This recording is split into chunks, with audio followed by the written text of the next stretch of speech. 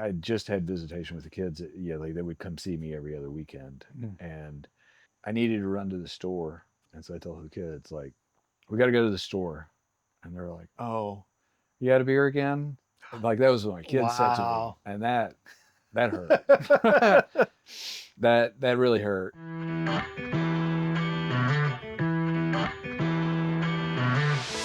The movies and stories we love are gateways to see ourselves and God in new ways. Every great story borrows its power from a larger story, the story that's written on our hearts and woven into the fabric of our very being.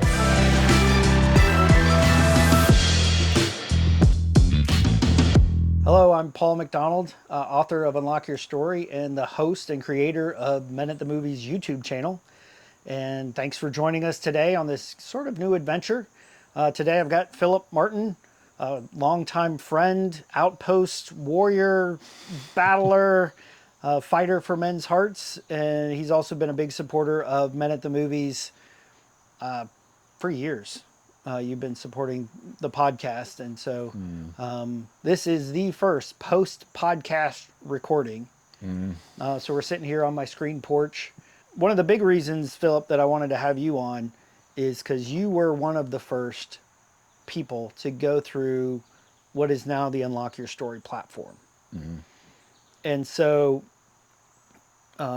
before I get into that, what was it? Why has Men at the Movies, what was it that inspired you to participate and support the podcast and the website? And I mean, your support has basically led to this. So that's kind of cool, right? Yeah, it is. Well, for me, when I first got introduced to the Men at the Movies, well, at first I'm a huge movie guy. Like I like watching movies, and when I first started listening to them, like I think you started with The Replacements was maybe the first Very one, right? first, yeah. And when I saw it, I was like, oh, where are we going with this? Like, how are we pulling God's story out of this? Like, okay. But I was interested, and I liked that movie. That movie was really good. So when you were doing the movies, and specifically, very specific ones would come up that really were like, oh, I love that movie.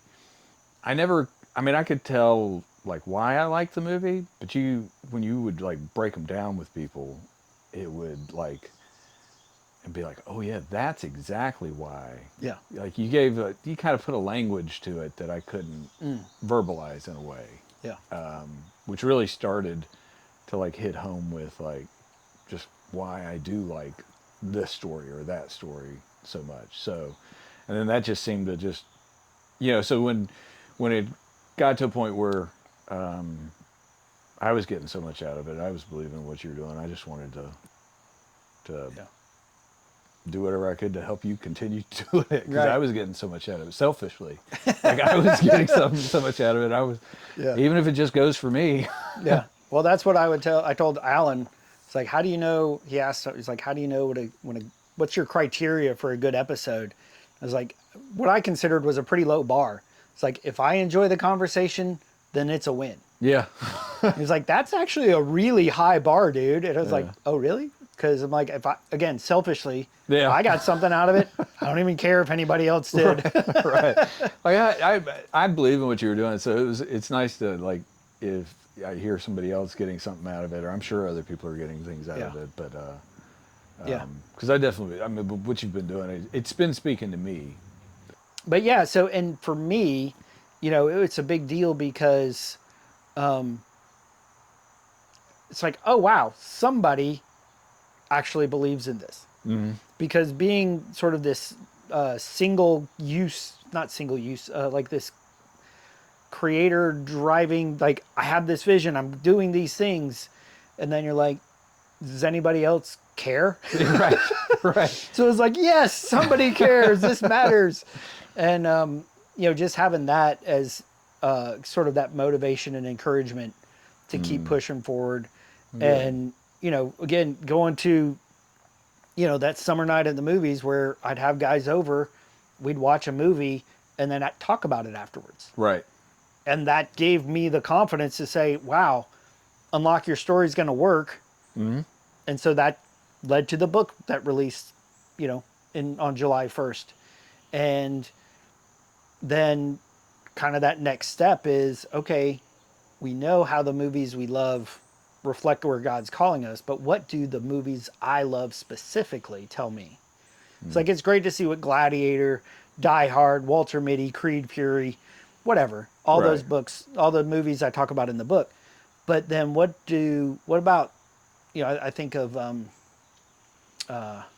Dustin, who've been on the podcast a couple times, and he's got, it was like Only the Brave, 12 Strong, The Guardian, like there are but when those are the movies you find yourself moving toward, what does that reveal about you? And so that's where the platform came from. And before it was a platform, it was a 20-minute intake form, Google form. Yeah. How long did that thing take you think? It took me more than 20 minutes because I like to sit on the questions sometimes. Like I'd read a question and be like, oh, okay, that one's going to require some thought. And I'd walk away from it, and then I'd come back and the whole form would be empty. So I'd be like starting over again. Yeah. But so the new format was way friendlier, Right. where I could just sit down, and it was I think it was almost felt like it was broken into smaller sections too. Yep. Where it was, here's 5 questions, ruminate on these 5 questions and then answer, over. Yeah. So that So I have some of your original stuff. yeah. So I cheated. I looked it up. You had like 10 favorite stories, 5 loved characters, a couple rejected ones. All right. I freaking love these. Peacemaker with John Cena, right? Right. Yeah. Yep. Flight, The Matrix, Peanut Butter Falcon, Reacher, Rocky, Home Improvement, Mr. Holland's Opus, Wedding Singer, Shawshank Redemption, and Ted Lasso. To Kinda say all that's over the place. eclectic.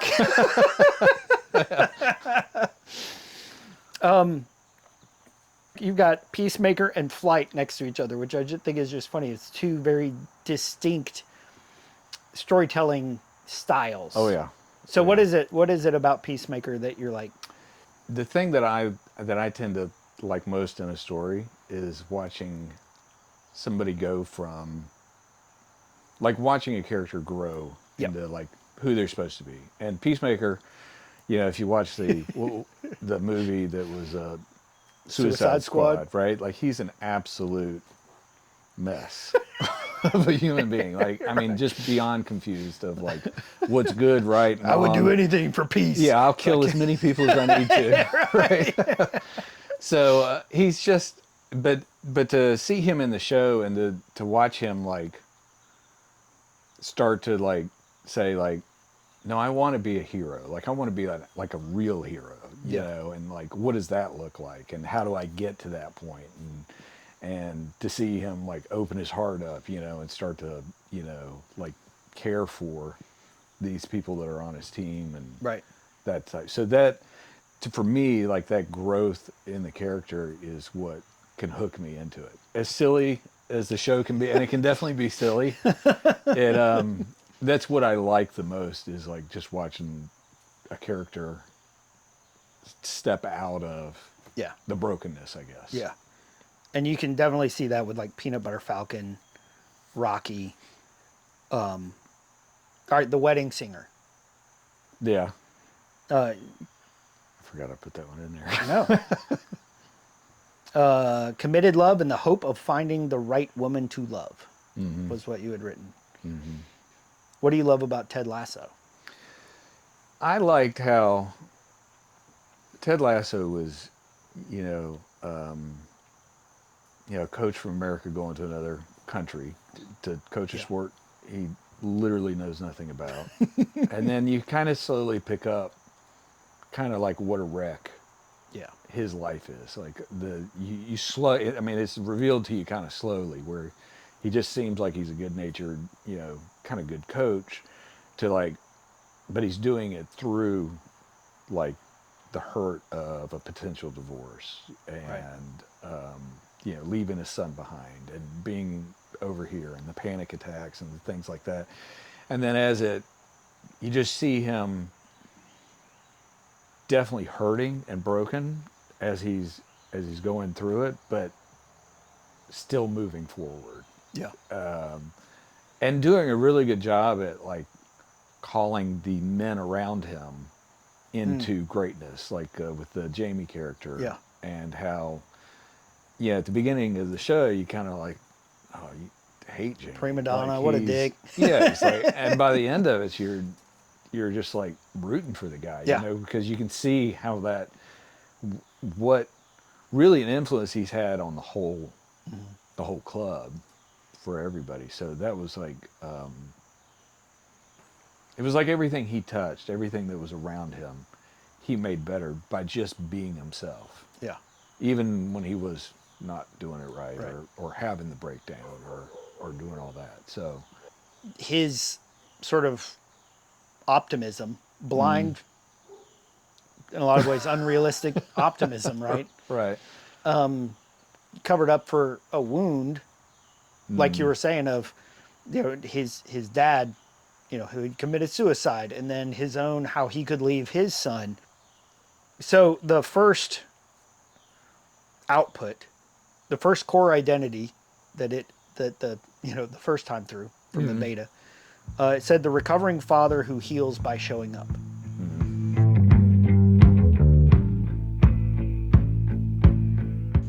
And this came for you, like without putting any family details in.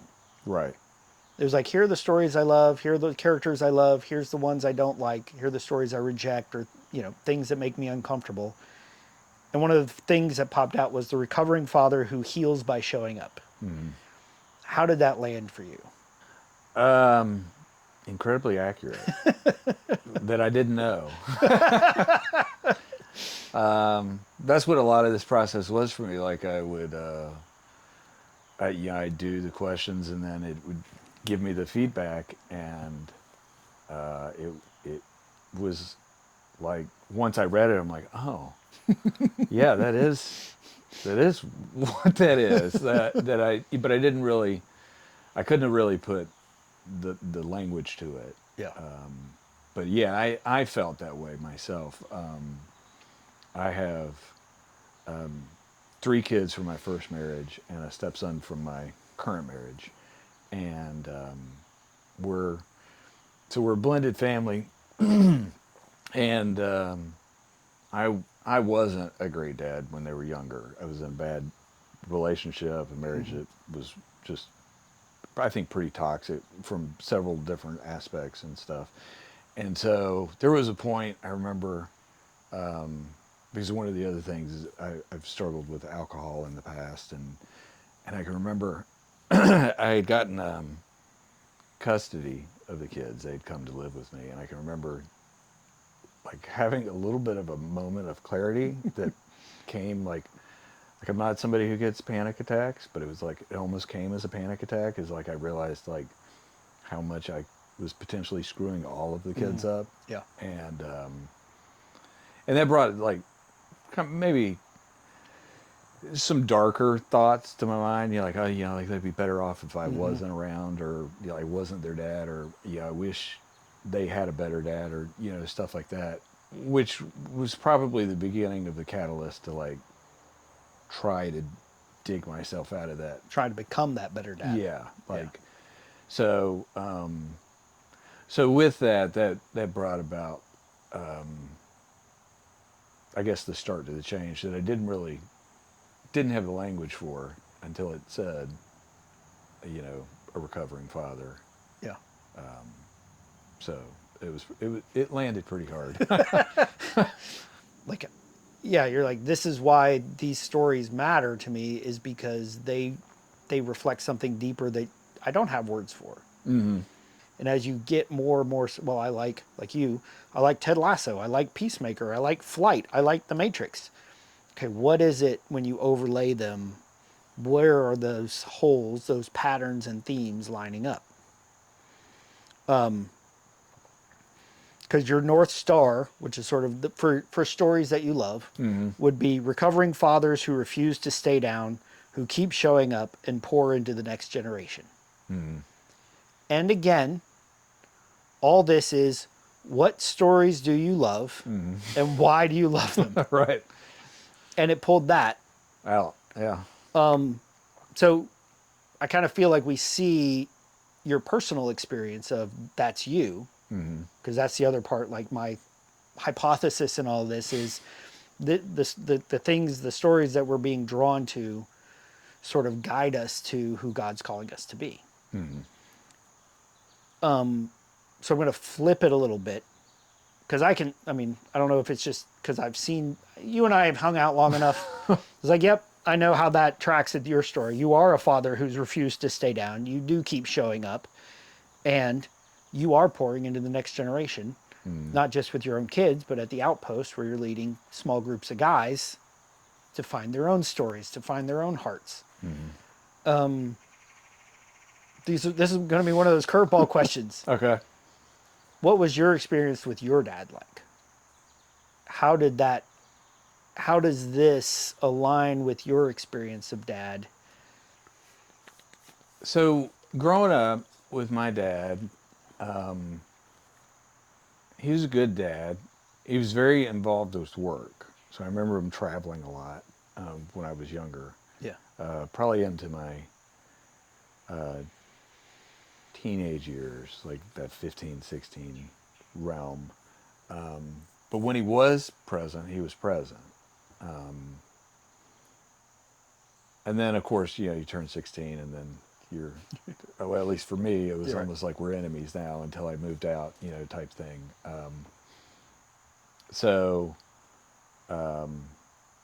But growing up, I'd say I had a good relationship with him.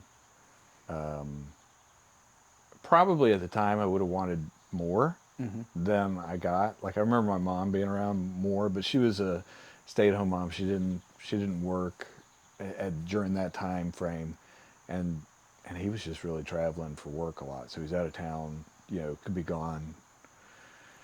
I'm sure my mind remembers it different than the reality of what it really was. Right. But so in my mind, he was probably gone longer than he actually was. But I think overall it was a good relationship. Again, there wasn't for you. You didn't need like the father, the recovering father piece, but you did experience the absence. But when he was there, he was showing up. Yeah.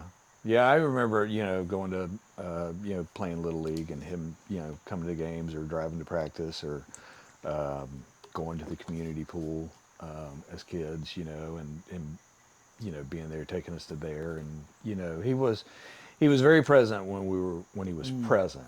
It was just, I think, and I don't think it was that way initially. It kind of got that way probably, I don't know, maybe around the age of 12. So it was probably, in my mind, it was a more prominent time, or maybe it was a longer period of time that he was traveling, but it was probably only like three or 4 years where it was like heavy travel, where he was gone more. Like, would he be gone for like a couple weeks? Not Or the near that week? long. He might be gone for, I'm going to guess 3 to 5 days, but Okay. that's just as my memory goes. So, Right. And for, middle school kid, Yeah. it feels like a long time. Yeah. I mean, Yeah. overnight can feel Yeah. like a long time for some kids. Right. As you talked about your first marriage and how you were fathering your kids early on. Was in a way that you have regrets, have pain from the trauma that you inflicted. And how does that, like, if you're looking at how you viewed your dad, and then how your kids viewed you at that stage, was there a tension there at all? Did that play any part? Because not all of our dad wounds come straight from dad. Right. Like for me, a lot was like my dad was like, he would play catch, and when he was there, he was there. Right. He didn't travel nearly like yours did, but like I have a lot of memories of him being there. Right. And so when I wasn't there, I would feel like I was failing. Like, it was like, here's where my dad is, here's where, where I am. Right. And that piled on to that sort of shame that was already piling on. Right. Does that make sense? Yeah, it does. So since, and I'm just asking these 'cause with your themes of the father and the healing fathers and recovering, in those dark places, was that like, how did you view your dad in those times? Like, did you feel that same gap? Yeah, I or- would say I felt a gap of where I where I was and where even like what I had experienced. And I think as a dad, at least for me, I always wanted to do better or give my kids more, Yeah. you know, than I had. And not that I was lacking, but you know, like there's always Right. a desire to do better. And there was definitely a point where I knew I wasn't even doing as good. Yeah. And so that was painful. I think once you know, like I finally pulled my head out of the sand and was like, what am I actually doing? Right. And could just look at it a little more clearer. And in the moment, it was more of I was trying to, I think, survive the moment. You know, like the marriage wasn't good. There was a lot of tension. I wasn't happy. She wasn't happy. And there for a while, like we were only together because I thought the best thing for the kids is to be together, you know, Right. regardless of even if we like each other. right? Right. So turns out I was wrong, at least for me. But you know, once I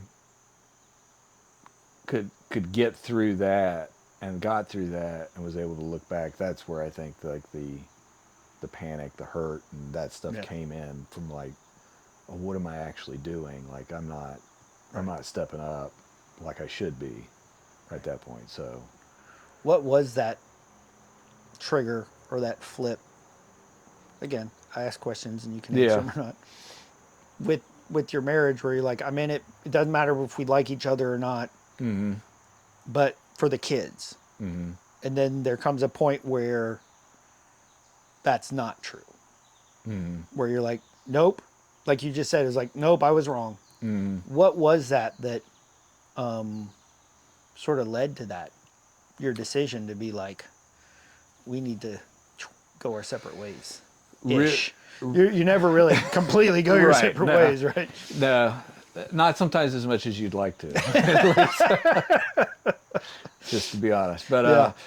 no, for me it was I think it was something she wanted for a while. Like she wanted the divorce for a while, and I kept feeling like, no, the right thing is just like these are the decisions, the vows we made. We're just gonna muscle our Grind way through. through, Yeah, right? yeah, yeah. Like regardless of the turmoil or tears or anything that it brings. But I think it was just exhaustion that eventually led to it. I can remember just her asking, I don't know what time it was, saying that that's what she wanted, to where I was like, okay, fine. Yeah. You know, and it was just, I think I was just exhausted. I just didn't have any more fight left in me, Yeah. I think, at that point, to where I wasn't happy about it. I didn't know what the future looked like. I didn't, you know, and I personally held a lot of guilt at that time. Like I felt like I was the reason why the marriage wasn't working. And so I felt like I needed to bend over backwards to make it as easy as possible. And I look at it much healthier now. Like I know that I am to blame in that Right. relationship. Like I'm not guilty. Right. But I can now see clearer, like the ways that, you know, where she fell short and where she wasn't. And, you know, we just got married young. It was probably way too young, and started having kids way too young. And Yeah. and we weren't even grown up enough yet to have our own stuff together, I think, Right. at that point. So, Yeah. No, and I mean, as you're talking, your story Yeah. parallels a lot of mine. And like you were saying that idea of like staying together for the kids, but then what model of marriage are you giving them? Yeah. What example are you giving them? You know, what do you want your kids to learn from your marriage? Mm-hmm. And like you were saying, like, yeah, I was a mess. Mm. I was so broken and experiencing so much pain that was just inflicting it on, you know, my first wife and the kids. And Mm-hmm. I was even I was having a conversation with a guy this week, and he'd asked, he's like, so what led to the end of your first marriage? And I was just like, huh. And there's, as they say, there's two to tango, right? Right. But what she did matters a lot less to me than what I did, Okay. right? Like, I am responsible for, you know, maintaining my side of the street. Right. I'm responsible for my actions and the things that I did that led to the ending of the marriage. It was like, well, what, you know, for a while you beat yourself up. Mm-hmm. Like, you know, you'd come home to an empty house and Mm-hmm. definitely feel like you're letting your kids down then, right? Mm-hmm. So how did you get through that part where your marriage had ended and you're separate, but you said you had custody for a while, and you're dealing with, was this dealing with the alcohol stuff then, or? I didn't have custody in the beginning. When we separated, it was '09, I think. No, I'm sorry, '07 was when we separated. And Super parallels, same thing. yeah. So initially, I didn't even have anywhere to go. Like, I had to tuck my tail between my legs and run home to my parents, you know, Right. and be like, "Can I stay here for a little bit until I get back on my feet?" So when it first happened, I think I was depressed. The alcohol use went through the roof at that Yeah. point. So that's when, like, I really started drinking heavily, like all the time, and it stayed that way for a while, a good long while, longer than I wish. Probably 2 years or so, where I was just drinking daily. You know, just probably just like soothing the pain or whatever. Oh, yeah. And so I did that for a while, and I just had visitation with the kids. Yeah, like, they would come see me every other weekend, and I remember I needed to run to the store to get milk. This was a year or two after we'd been separated, and we needed milk. I needed to go to the store to get milk. And so I told the kids, like, because at that point they were too young to just, like, stay here, I'll be back with milk in a little bit. So, like, we all got to get in the car, we got to go to the store. And they were like, "Oh, you out of beer again?" Like, that was what my kids said to me. Wow. And that hurt. that really hurt. And how old were they at that time, about? They would have been on the young side, 4 or 5 to 8 or 9. You know, Yeah. like, that's not what you want to hear your kids No, from say your that. elementary school kids. No, that's not what you want to hear. It really hurt, and that brought to light, like, oh, okay. And that was when I started. I never really got it under control for many more years, but that's when I was able to, like, at least try and figure out a way to put some boundaries in place, you know, which is like, wasn't really handling the problem. I was just trying to contain it into this one little spot over here. But I didn't get custody of them until I was probably around 2015, 2014, somewhere in that time frame. They came and they lived with me. So my youngest was in 5th grade at that point, and the oldest was in, I believe, 8th grade at that point. And so they came, and it was supposed to be just a temporary thing, like you're just going to go live with Dad for a year. And they weren't thrilled about that at all. That feels awesome. Yeah. It was a very hard transition Yeah. to go from essentially me and my wife and one kid to now 4 kids. And they meshed well in their ages. They were all, when they were in school, they were all 1 grade apart from each other. Yeah. And so they're pretty close in age, which that helped.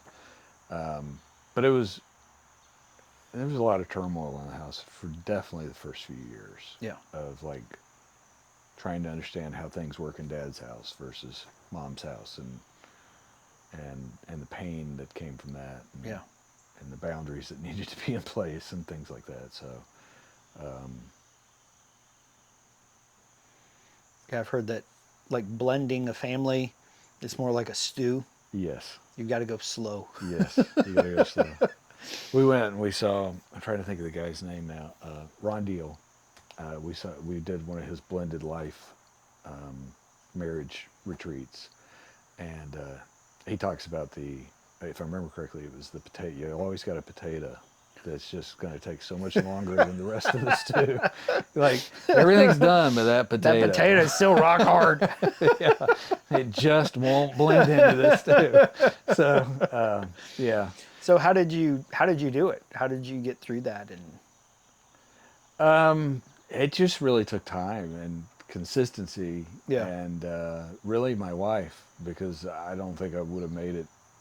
I don't think we would have made it through it if it hadn't been for some of her guidance through some of it, because she's definitely smarter than I am when it came to a lot of that stuff. She's got an innate ability to just kind of like see people and see what it is that they're needing. And I definitely, that's not a skill I possess as much.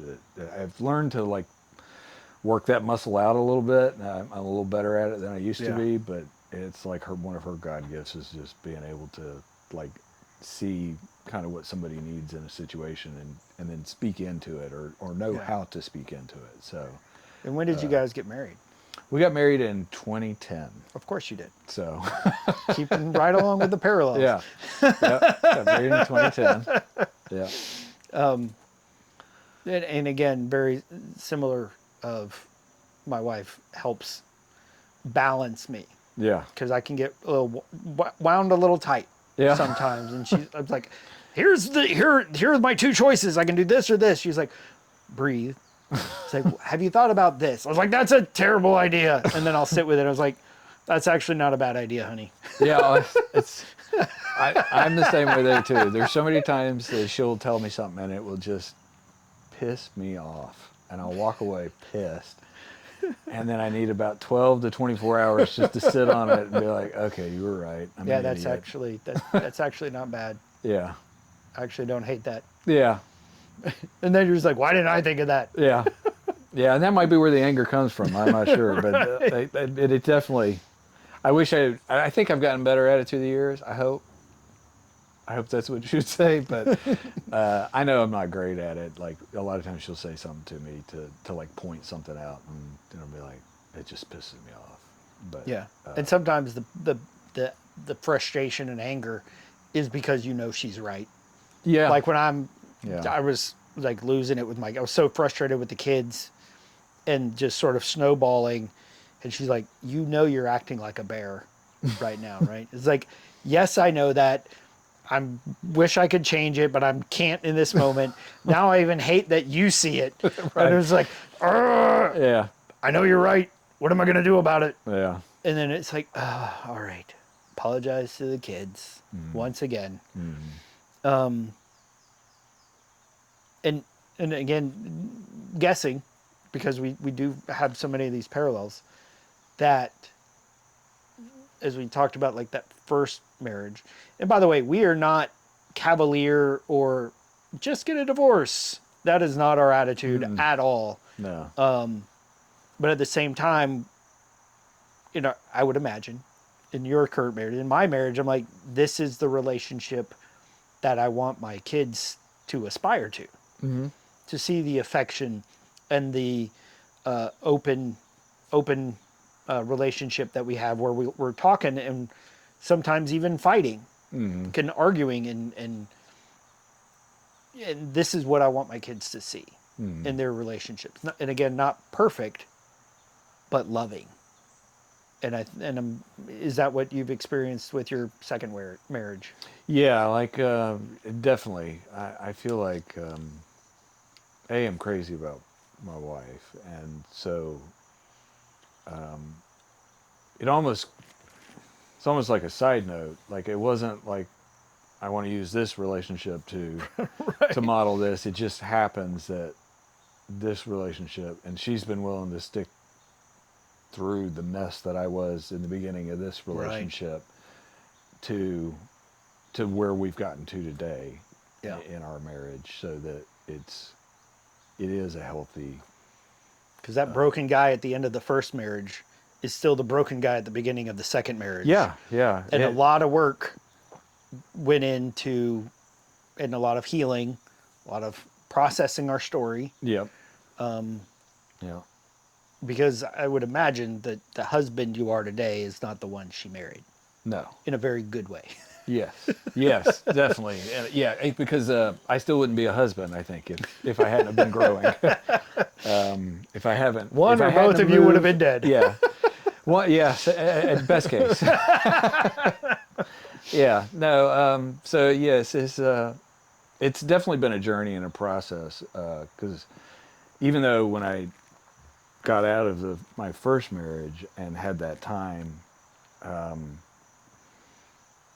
it was, I thought, and I remember my wife asking me, like, you think you're ready?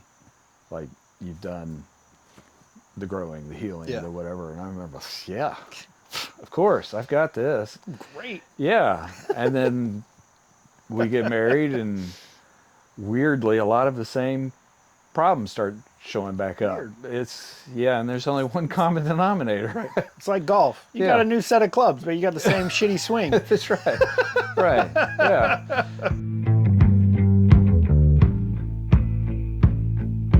You weren't like, oh, I'm marrying her because it's a better example for the kids. Right. But that bringing that same broken man into your marriage, that same, recovering father. Mm-hmm. And I'm going to jump ahead a little bit here. Mm-hmm. Because that was the original, the beta, the big intake form, all that conversation. When you shifted to the platform, what you got was flawed champion as your sort of the core identity. Mm-hmm. And as you went, it actually shifted to more of a relational architect. Mm-hmm. The first one sort of pigeonholed in you as a recovering father who heals by showing up. But there's more to you than father, right? You're the husband, you're the brother, your friend. Think of all the relationships that we're all recovering. Right. Right. Recovering brother, recovering son. Right. But then the healing comes through showing up in all those different areas, not just father. Mm-hmm. So I guess going back to the marriage, you guys got married in 2010. How did you find healing? And tell me if this question doesn't even land or make sense. How did you find healing by showing up in your marriage? Or maybe even in other relationships?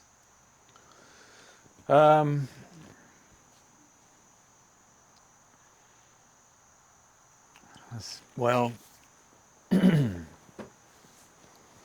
early in my marriage, I was definitely a wreck and getting things wrong and creating a lot of hurt through that. Through behavior. Well, so like part of like one of the reasons I loved Flight so much was that scene where Denzel Washington's character is sitting in the AA meeting and he's not paying attention. He doesn't want to be there, but the guy on stage is just talking like. So the cop's got a flashlight on me behind the dumpster. I'm wearing nothing but my girlfriend's panties. I got vomit all down the front of my chest. And I say to him, I might have had 2 beers.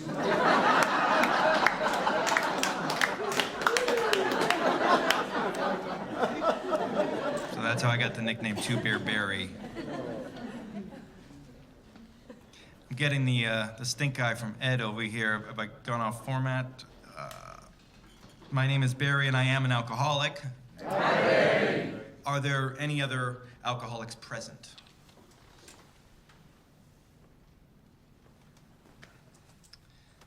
I always love a meeting where we all have to identify at the top because it forces me to be honest about who I really am.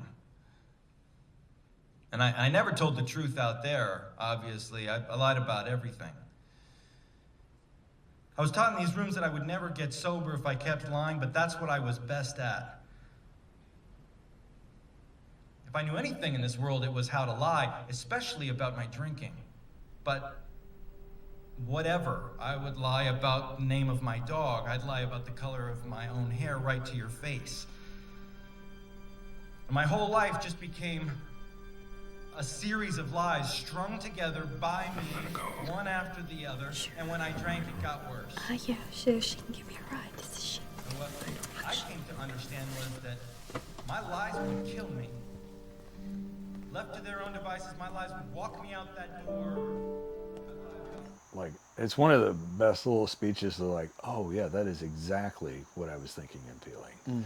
Just about like it wasn't necessarily that I was an alcoholic. It was I was a liar. Like, I'd lie about everything just to maintain a pose, really. Like, I wanted to look a certain way in my wife's eyes, right? Like, I was creating like who I wanted to be, but I wasn't actually living up to it. So I would tell these white lies, like to make it look like I was more responsible, or I had even just simple things like, hey, did you get this done today?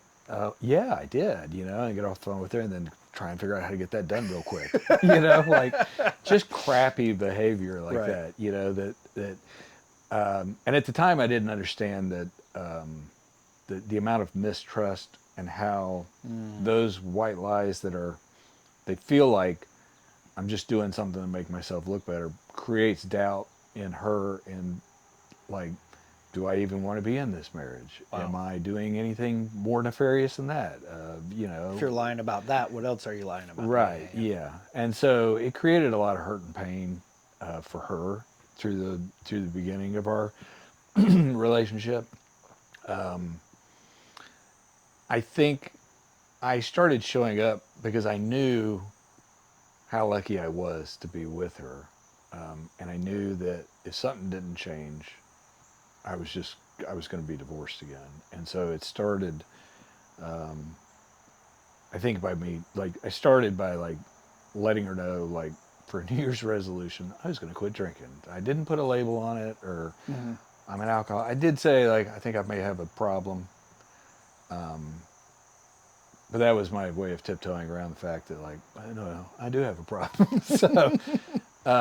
So I did that. I quit drinking and I stayed sober for 3 years, and our relationship just hadn't gotten any better. But I was like an angry sober person. Like, I was not happy to be sober. So like, if I was out in a group of people and they were drinking, I was just angry I didn't get to drink. Right. And so we were definitely having problems, and she went to go see a counselor that she didn't want me to go to, like, and that felt like a big deal, like, at that point. And he called me a sober drunk in that. Like, that's what he told her. He's like, he's a drunk. He's just sober. And I didn't understand what that meant at the time, and it pissed me off because I've been working really hard, to be sober. Right. And so after I got over being pissed off, that 24 hours we talked about earlier, I went and joined AA and started doing AA after being sober for 3 years, which felt really weird, being like trying to earn a 1-week chip. Right. After 3 years of sobriety, it just felt like I was doing everything out of order and nothing made sense. And so I did that and got a sponsor and was doing steps, and I went through that for 3 to 6 months. And I remember we got into a huge argument at one point, and she was leaving to go work out of town. And I can remember thinking, like Like when she walked out the door, I thought, this is it. Like, Wow. I'm not sure she's coming back. And I had a buddy who incessantly kept inviting me to the Outpost. And I kept going, yeah, that sounds awesome. Let me know when the next one is. And every time it came up, I'd be like, I'm busy. I got the kids. I don't think I can get off work. Maybe next time, that whole type thing. And out of a state of desperation, this next one was coming up. The invite he just threw out in a perfect God timing type of way where I was like, yeah, like maybe he'll go up there and let me know how to fix this marriage or whatever. And for me, that's where it changed.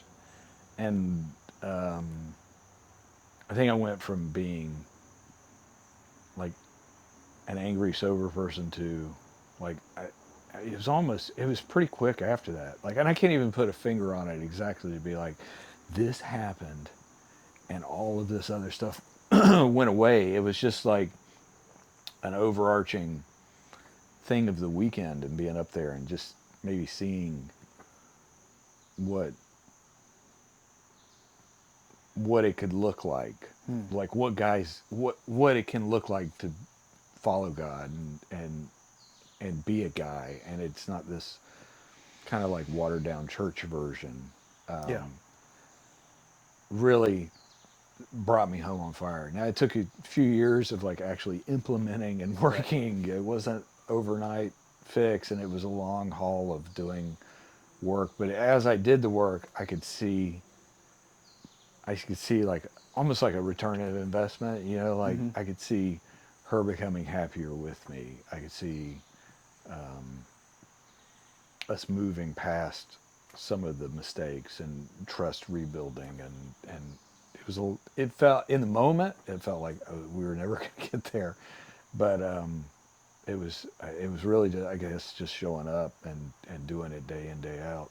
Yeah. Even when I took steps backwards, that I could feel the healing take place.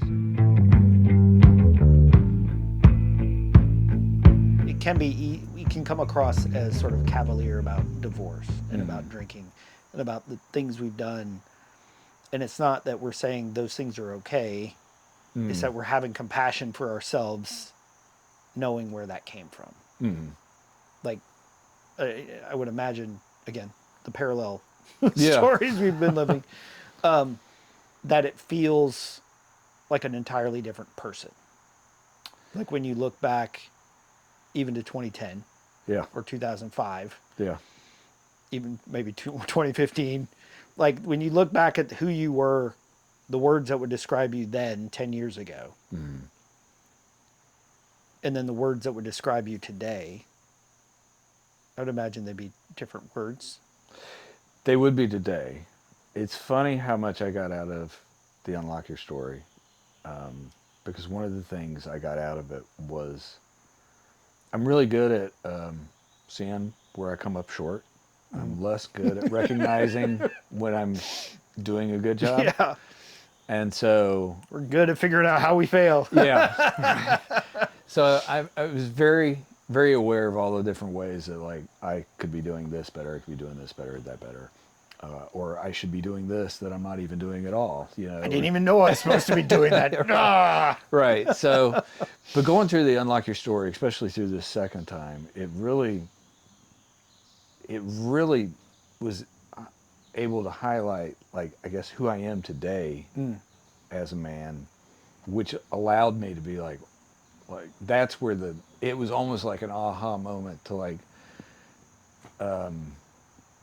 I was talking to my wife about it, and she's like, because I was trying to figure out like how to explain it, and she was like, yeah, it's like you've been on a diet for the last several years. You've been losing like a half a pound a week, and all of a sudden you can like see the image, and you're like, holy crap, I lost some weight, Right. Yeah. And that's kind of like what the process was for me this time, where I was like, it's given me a little bit of confidence that I didn't have, because I wasn't acknowledging exactly how far I have come from where I was 10 years ago or 15 years ago. If these stories are revealing my God-given design, the identity, the North Star, the themes, all these are kind of weaving together to reveal someone in the mirror. Well, how is the enemy going to come and try to take that away? And dude, when I like asked that question, it's like, okay, if this is who I'm supposed to be, how would the enemy attack that person? And then the output came, and I was like, oh, cool. This describes my last year. And it's like, oh, this, and the way I described it is, this makes my life make sense. Yeah. That part wasn't around, I think, when you first did it, the battlefield operation piece. It was, yeah, the first time through, I don't think it was. Yeah, so how did that hit for you? Let me see if I know I have it. I just want to see. Enemy operations was obligation overload, imposter isolation, and numbing is self-care. I think we pretty much know the numbing piece. Yeah. And it's real easy to say, like, you're the sober drunk. It's easy to say, well, I don't go to booze anymore to numb. Well, we can find all kinds of ways to numb. Oh, yeah. Yeah. So when you're looking at those operations with the obligation overload, imposter isolation, and numbing is self-care, and you said your warrior type was relational architect under fire. And if you're no longer muted by depletion, doubt, or isolation, you'll build the relational infrastructure where sleepwalking men wake up. Because that was part of your creative mandate, is like you have a heart for guys who are kind of sleepwalking through life, helping them to wake up. Right. And so the enemy's going to come against you with depletion, doubt, and isolation. How have you seen that show up in your life? For me, probably the strongest one that shows up nowadays. There was a time where, like, numbing with the TV was very strong. You know, if I get stressed out or something like that, like, just turn the brain off and be entertained. Yeah. Let's watch some Ted Lasso. Yeah, that's right. But I'm also very guilt-driven, and so that, like, feeds for me That into obligation. the obligation. Yeah. So, you know, like right now, I'm home a lot by myself, and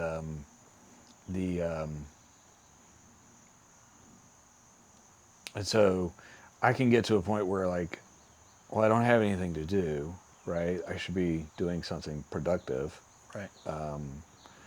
And it was one of the things I was feeling like, because with my wife working out of town, and being home on the weekends by myself, we would occasionally volunteer at a dog rescue. And I was feeling guilty I hadn't been back to do that in a long time. And so going through the process and filling it out, and when it basically spit back, it spit back everything I was doing, and basically was like, you're already doing all this other stuff, dummy. Like, you don't need to be, like, if you do anything else, you're going to start messing up the things you are doing. And that felt like a big clarity moment for me, to like, oh, okay, I have permission to not try and keep piling stuff on my plate, because I've got a lot on my plate, you know, and then what I'm doing, or a lot of what I'm doing, is good and valuable. So that was that was a big eye-opening moment to, like, oh, maybe I can stop feeling this way a little bit about some of these things. There's only so much of you, and that's okay, right? You're given, because, you know, your wife is out of town. That sort of puts a lot on you for maintaining the house while she's gone. Yeah. And I think that stuff takes a lot more out of us than we admit. Yeah. And so, you know, guys who are doing that, good job.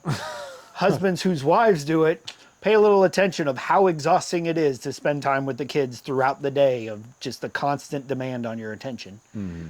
But to realize it's like, and again, that I'm finding so much connection in our stories of, like, at church, I'm finding more reassurance, and you're doing a good job. And it feels strange to walk out and people are like, oh man, that was an amazing message. It's like, yeah, it was good. But it's like, yeah, I'm doing that. Right. And it's like, like it's reassuring, like almost like a pat on the back. Yeah. Yeah, totally. Totally. Yeah, I mean that's a great way of putting it. I mean that's a lot of what I felt going through this process. Like, oh, like this is I'm actually doing a lot. Like I'm doing way like when you see it all wrote out. Yeah. I'm doing a lot more than I thought I was. Like, it, yeah, it definitely like feels like it can free up the guilt to like, Yeah. oh, okay, yeah, Because that's that last one is the gap or the bridge. yes, Where are you living your story? And that's an important piece right, because we were like, oh yeah, but you know, I've done all sure I've done all that, right. but I haven't mowed my lawn in 2 weeks. That one's hitting really close to home right now. Really close. I literally haven't mowed my lawn in 2 weeks. But you know, we're so it's so quick to find our flaws Yeah, that, yeah. In the whole thing with the bridge is like you don't have to solve it today. Like the guy I talked to this week, I'm like, you're in a bad season. It's hard. You're not going to find peace and contentment by the end of the year.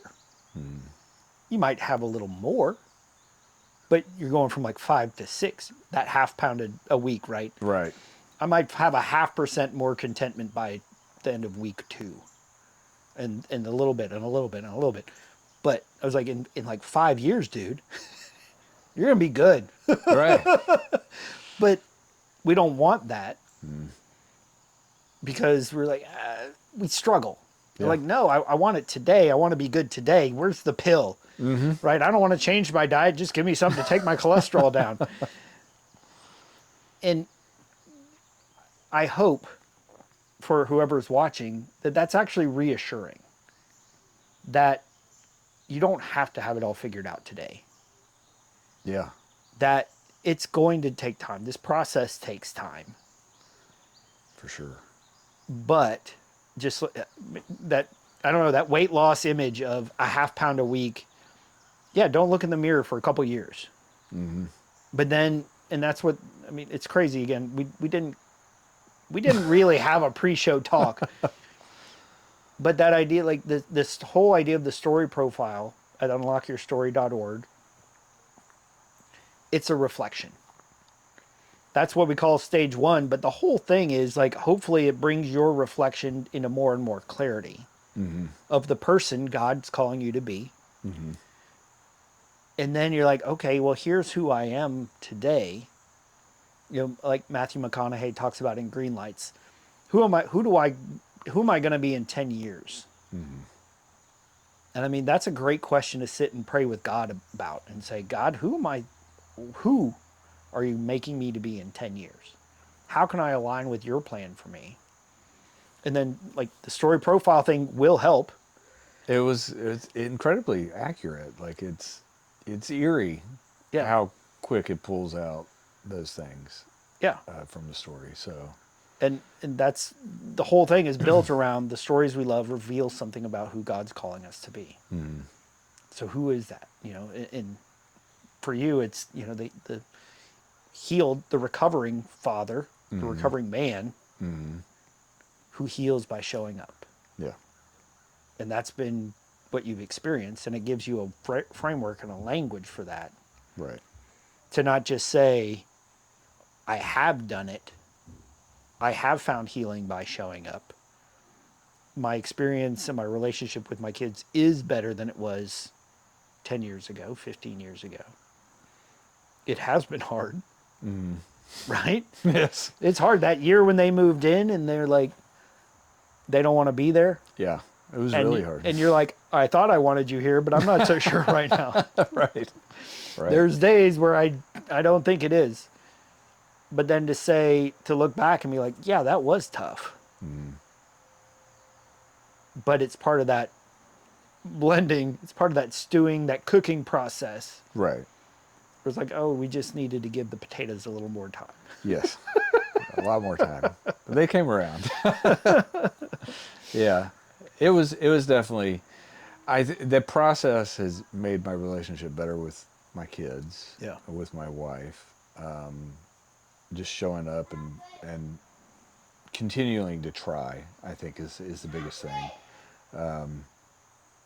And I still screw up. Like, I'm not getting it all right all the time. I'm still screwing up. Like, but Yeah. I also know how to, I think I've learned, not that it's okay to screw up, but I also know, like, the power in taking ownership of just being like, hey, I screwed up, Yeah. you know. I didn't mean this to come out this way, or these weren't my real feelings and thoughts. Yeah. This is, you know, this is what I'm actually saying. I was stressed out, not to Right. give it an scapegoat, or anything like that, but just learning to take ownership from mistakes and missteps and things like that. So that we And can that's how move. you learn that's how you lose that half pound a week. Yeah. Is you're like, oh, not just, oh, I screwed up, but to understand, oh, I was tired here. Like, you understand the context that led to your reaction. Then you can, that whole idea of giving yourself grace and compassion and forgiveness, is something it's something we really suck at. Yeah. Yeah. Times, which then we have to give ourselves grace and compassion and forgiveness for not giving ourselves grace, compassion, and forgiveness. Right. But as we are kinder to our own hearts, then we can be kinder to the hearts of the people around us. And then that's when we start really experiencing that transformation in the relation. That's the showing up. Yeah. That's when the healing comes from showing up. Is the kids aren't kind of cringing. The kids aren't like, oh, you need more beer, Dad? Yeah. Kids are like, oh. They're like, all right, yeah, let's go to the store. Right. They're just happy to spend time with you. Right. Yeah. And those are those invisible wins. Yes, for sure. Right? Yeah, but they feel good when they come. Oh, yeah. When we see them. we see them. Yeah. Yeah. It definitely took a long time to start feeling the wins. Yeah. There was a lot of like, man, I'm doing all this work and I'm not moving the needle. Like, it felt like, at times it felt like there were years, like where, you work for a year or two. And of course especially early in the process, right? Like as I've hurt my wife, as I've created these wounds in her and the wounds I've given her, you can think you're doing, or I can think I'm doing great, right? Like I can take a huge step forward, Right. and move the needle in this way, but one step back or one misstep Yeah. can make you feel like you're back even farther than you were before, because even though you feel that, or for me, I felt the change in my heart, and that, like, I want all of, X, Y, and Z to be different. The misstep, the step back, feels like, oh, it's just the same old Phillip again. Like, he's not really changed. This is all just a different pose now. You're just hiding, waiting to go. Yeah. Right. It doesn't matter now. It's not coming out 3 times a week. It's coming out once a year, but it's still there. Yeah. So, then that's where that can feel hard. Yeah. To push through that and demoralizing. And there were a lot of times where, I'd have those moments and I'd be like, I can't change any of this. Yeah. Like, I'm not going to be able to. Like, this is, Yeah. And sometimes it came with me taking my foot off the gas, and then learning even more that, like, there is no neutral. It's just forward and backwards, and that's it. Like, you're either moving forwards or you're moving backwards. There's not a coast. Yeah. In this. Well, and to realize that it's like that transformation's not up to us. Yeah. Right. You can't work your way to transformation. But how can I invite Jesus into it? It's like, Jesus. My favorite prayer, Jesus, I need your help. Yeah. Yes. When things are going sideways, Jesus, I need your help. When I want to just a few minutes of, it's what I'm trying to teach Kason when he's angry and wants to throw things, is like, you don't like the way you're feeling. Okay, Jesus, I need your help. Because your feeling is your feeling. Right. But we can't, like I said, we can't, you tried, right? 3 years of angry sober. Right. But that was that gritting, grinding, no life in that sobriety. None whatsoever. None whatsoever. And that's what, we see with religion is like, just grind, just work harder. Just don't drink more. 3 years. But there was no life in it.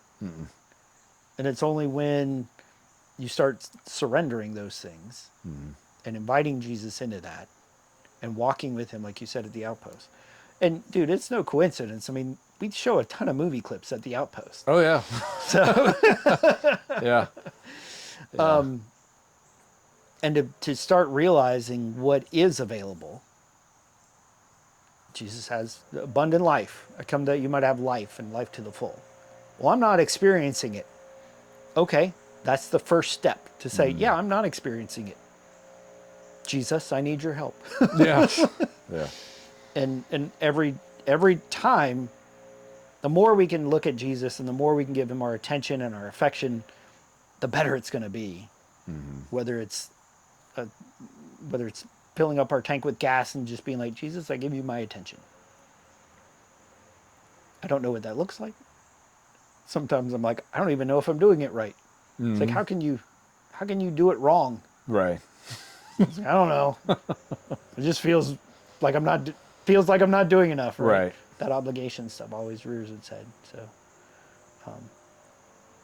So, Phillip, anything to add? Anything coming to mind about your story that we've sort of talked about today and the platform and what your experience through that process has given you? Well, the biggest thing is really it's given me really like a better language and understanding of being able to express myself. So like when I am thinking and feeling something, I feel like it's kind of pointed it out in a way that I'm like, oh, okay, these are the feelings that I'm having. Like, because sometimes I would feel, like an ache for somebody that wasn't stepping up or wasn't putting in the effort or whatever. But I couldn't figure out like why, like what is that, or what is the, why does that speak so much to me? And it's because, well, I was sleepwalking through life for so long, like, I didn't necessarily have those things. So having the language to be able to express myself a little better, I feel like I got from, and then having it for me kind of shine a light on a lot of the things that I am doing so that I can see like all those half pounds added up to something. Right. And I'm really am a different person than like, it's been one of the bigger things that I've gotten out of doing the process is being able to like see the growth that I've had over the last 10 plus years of from spinning my wheels to actually gaining some traction and some real movement in my life that's brought about healthier relationships, a much closer relationship with God, and it's just led into, I think, like everything that I get to be a part of now. So, yeah. Well, that's cool. And like we talked about at the very beginning, it's your willingness to step into even that process is like, hey, I have this idea. Will you guys try it out? And you tried it out, whether it's, like I said, supporting the podcast or showing up for movie nights or doing the beta of the cumbersome version of this, and so, if you love stories, whether it's books or movies or TV shows, whatever it is, and you're curious about what God's trying to show you through that, just go to unlockyourstory.org. It's free. All of it's free. Having the ability to look at your story, the story God's telling you, to go back to one of my favorite stories, The Lord of the Rings, and Sam's like, wonder what story we've stumbled ourselves into, Mr. Frodo. And again, the whole thing that he's saying, which again mirrors your story, that like we don't hear about the heroes who turn back, the Right. heroes who quit. Right. We only hear about the ones who persevered, the ones who showed up, the ones who didn't quit. And so, visit unlockyourstory.org and 3 stories, why you love them, pick the character you want in your corner. And I hope the whole intention is for you to get that email and be like, holy crap, how did that come out? And then that turns into a curiosity, and it's like, well, what else do the stories tell me? The guardrails, the top stories that you want that you engage with. What does that tell about you? What does it tell about the story God's telling through you? And if you want the actual book, the Unlock Your Story book, How the Movies You Love Reveal the Key to Your Future, Amazon, best place to go. The movies we love. What is it about them? What can we learn from them? Why do they touch our hearts? Why are they our favorite movies? Like, yeah, you can spend an hour doom scrolling through Facebook, but that's just dopamine hits. You look at the stories, whether it's Ted Lasso, Peacemaker, Flight, The Matrix, what can we learn from them? And how can that draw us closer to God? Because how can we see ourselves the way God sees us? What story is he trying to tell through us? And I know I've said that many times, but it's like, that's so important. But if we understand the story that we're in, that the stories reveal, they're like, oh, then I can walk in it. And then I can start experiencing that abundant life of understanding, oh, I'm a dude who shows up. Not because of not sort of in spite of my brokenness, but because of it. Because I know what it's like to sleepwalk. I know what it's like to go through recovery. I know what it's like to grind your way through and have no life as a result. And I know what it's like to have life. Right. And I want the dudes around me, I want my family to experience, I want everybody that I experience to experience that. Definitely. And so it doesn't cost anything. So just go to unlockyourstory.org. Once again, Phillip, thank you for stepping in, being a guinea pig once again in this first post-podcast era of Men at the Movies. Yeah. And I have no idea what it's going to look like. I look forward to seeing it. Yeah. So thanks a lot. Hope you enjoyed it. And I hope you join us next time here on the Men at the Movies YouTube channel. Something inside has been awakened. I can no longer be who I was before. But if I am no longer who I was, who am I to be?